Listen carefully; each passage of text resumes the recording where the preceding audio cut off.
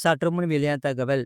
முன்னாள் விளையாட்டு வீரர் விண்ணப்பிக்கலாம். ஓய்வூதியம் அறிவிப்பு. தமிழ்நாடு அரசு முக்கிய அறிவிப்பு. அதாவது 2025 முதல் 2026ஆம் ஆண்டுக்கான நலிந்த நிலையில் உள்ள தமிழகத்தினை சார்ந்த முன்னாள் சிறந்த விளையாட்டு வீரர்களுக்கான ஓய்வூதியம் பெறுவதற்கு விண்ணப்பிக்கலாம்.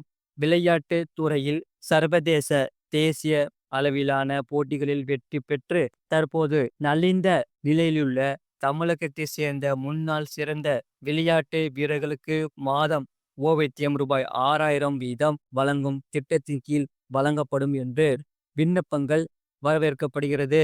தகுதி வாய்ந்தவர்கள் தமிழகத்தை சேர்ந்தவர்களாக இருக்க வேண்டும். தற்போது நலிந்த நிலையில், வருமானம் குறைந்து வேலை இல்லாத நிலை போன்றவை இருப்பது, அரசு, தனியார் நிறுவனங்கள் அல்லது ஒன்றிய அரசின் விளையாட்டு வீரர்களுக்கான ஓய்வூதியம் பெறுபவர்கள் இத்திட்டத்தின் கீழ் ஓய்வூதியம் பெற தகுதி இல்லை. முதியோர்களுக்கான விளையாட்டு போட்டிகளில் வெற்றி பெற்றவர்கள் இத்திட்டத்தின் கீழ் ஓய்வூதியம் பெற தகுதி இல்லை என்று சொல்லப்படுகிறது. முழு வீடியோ லிங்க் கீழே இருக்கு, அதை கிளிக் பண்ணி பாருங்க.